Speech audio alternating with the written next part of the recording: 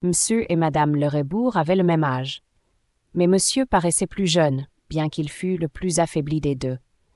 Ils vivaient près de Nantes dans une jolie campagne qu'ils avaient créée après fortune faite en vendant des rouenneries. La maison était entourée d'un beau jardin contenant basse-cour, kiosque chinois et une petite serre tout au bout de la propriété. Monsieur Le Rébour était court, rond et jovial, d'une jovialité de boutiquier bon vivant. Sa femme, maigre, volontaire et toujours mécontente, n'était point parvenue à vaincre la bonne humeur de son mari. Elle se teignait les cheveux, lisait parfois des romans qui lui faisaient passer des rêves dans l'âme, bien qu'elle affectât de mépriser ces sortes d'écrits. On la déclarait passionnée, sans qu'elle eût jamais rien fait pour autoriser cette opinion. Mais son époux disait parfois « Ma femme, c'est une gaillarde », avec un certain air entendu qui éveillait des suppositions. Depuis quelques années cependant, elle se montrait agressive avec M.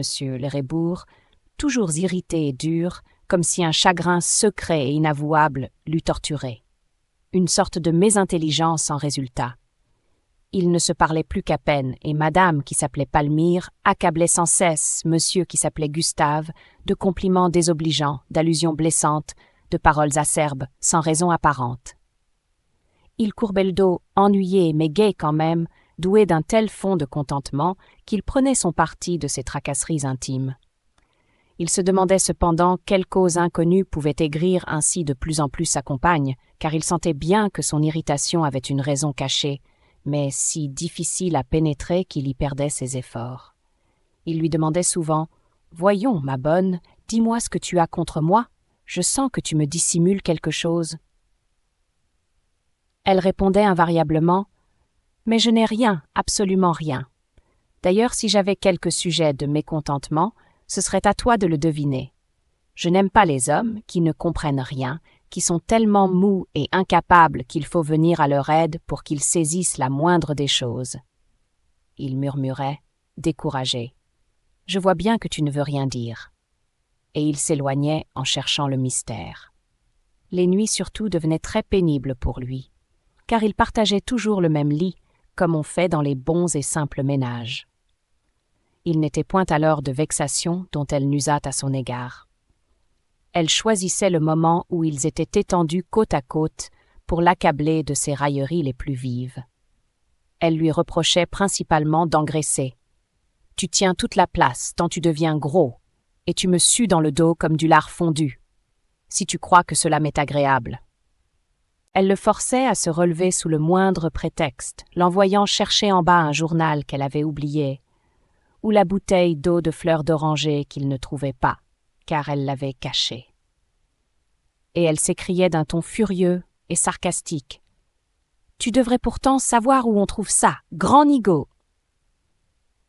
Lorsqu'il avait erré pendant 1 heure dans la maison endormie et qu'il remontait les mains vides, elle lui disait pour tout remerciement « Allons, recouche-toi, ça te fera maigrir de te promener un peu, tu deviens flasque comme une éponge. » Elle le réveillait à tout moment en affirmant qu'elle souffrait de crampes d'estomac et exigeait qu'il lui frictionnât le ventre avec de la flanelle imbibée d'eau de Cologne. Il s'efforçait de la guérir, désolé de la voir malade, et il proposait d'aller réveiller Céleste, leur bonne. Alors elle se fâchait tout à fait, criant « Faut-il qu'il soit bête ce dindon-là? Allons !»« C'est fini, je n'ai plus mal, rendors-toi, grande chiffe. » Il demandait « C'est bien sûr que tu ne souffres plus ?» Elle lui jetait durement dans la figure. « Oui, tais-toi, laisse-moi dormir, ne m'embête pas davantage. Tu es incapable de rien faire, même de frictionner une femme. » Il se désespérait. Mais, ma chérie, elle s'exaspérait. « Pas de mais. Assez, n'est-ce pas? Fiche-moi la paix maintenant. » Et elle se tournait vers le mur. Or, une nuit, elle le secoua si brusquement qu'il fit un bond de peur et se trouva sur son séant avec une rapidité qui ne lui était pas habituelle. Il balbutia. « Quoi? Qu'y a-t-il » Elle le tenait par le bras et le pinçait à le faire crier. Elle lui souffla dans l'oreille. « J'ai entendu du bruit dans la maison. » Accoutumé aux fréquentes alertes de madame Le Rébour, il ne s'inquiéta pas outre mesure et demanda tranquillement « Quel bruit, ma chérie ?» Elle tremblait, comme affolée, et répondit « Du bruit, mais du bruit, des bruits de pas. Il y a quelqu'un. » Il demeurait incrédule. « Quelqu'un? Tu crois? Mais non, tu dois te tromper. Qui veux-tu que ce soit d'ailleurs? Elle frémissait. Qui? Qui? Mais des voleurs, imbécile! Il se renfonça doucement dans ses draps. Mais non, ma chérie, il n'y a personne, tu as rêvé sans doute. Alors, elle rejeta la couverture et, sautant du lit, exaspérée, « Mais tu es donc aussi lâche qu'incapable! Dans tous les cas, je ne me laisserai pas massacrer grâce à ta pusillanimité. » Et saisissant les pinces de la cheminée, elle se porta debout devant la porte verrouillée, dans une attitude de combat. Ému par cet exemple de vaillance, honteux peut-être, il se leva à son tour en rechignant, et sans quitter son bonnet de coton, il prit la pelle et se plaça vis-à-vis de sa moitié. Ils attendirent 20 minutes dans le plus grand silence. Aucun bruit nouveau ne troubla le repos de la maison. Alors madame, furieuse, regagna son lit en déclarant « Je suis sûre pourtant qu'il y avait quelqu'un. » Pour éviter quelque querelle, il ne fit aucune allusion pendant le jour à cette panique. Mais la nuit suivante, madame Lerrebourg réveilla son mari avec plus de violence encore que la veille, et haletante, elle bégayait « Gustave, Gustave, on vient d'ouvrir la porte du jardin. » Étonné de cette persistance, il crut sa femme atteinte de somnambulisme et il allait s'efforcer de secouer ce sommeil dangereux quand il lui sembla entendre en effet un bruit léger sous les murs de la maison. Il se leva, courut à la fenêtre et il vit une ombre blanche qui traversait vivement une allée. Il murmura, défaillant « Il y a quelqu'un !»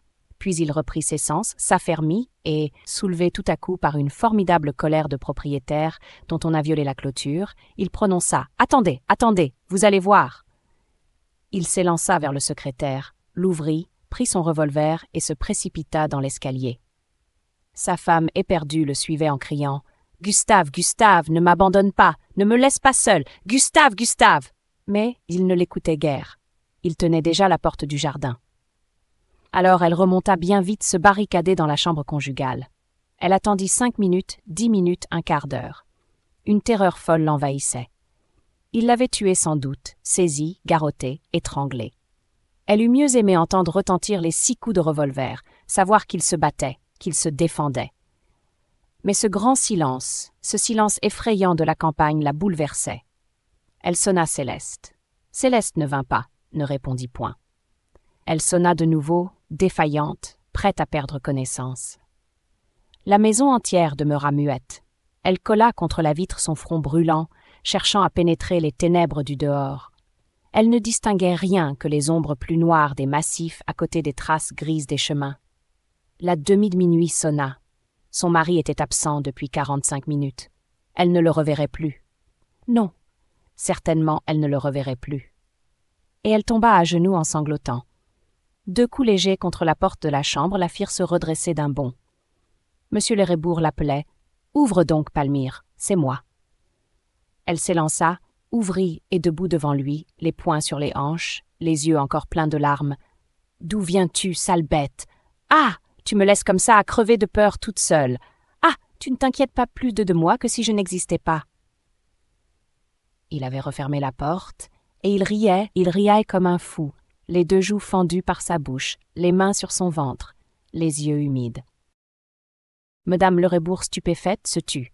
Il bégayait. C'était Céleste qui avait un rendez-vous dans la serre. Si tu savais ce que j'ai vu. Elle était devenue blême, étouffant d'indignation. Hein? Tu dis, Céleste? Chez moi?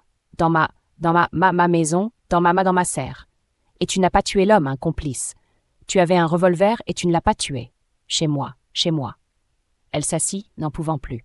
Il battit un entrechat, fit les castagnettes avec ses doigts, claqua de la langue et riant toujours. « Si tu savais, si tu savais !» Brusquement, il l'embrassa. Elle se débarrassa de lui, et la voix coupée par la colère. « Je ne veux pas que cette fille reste un jour de plus chez moi, tu entends?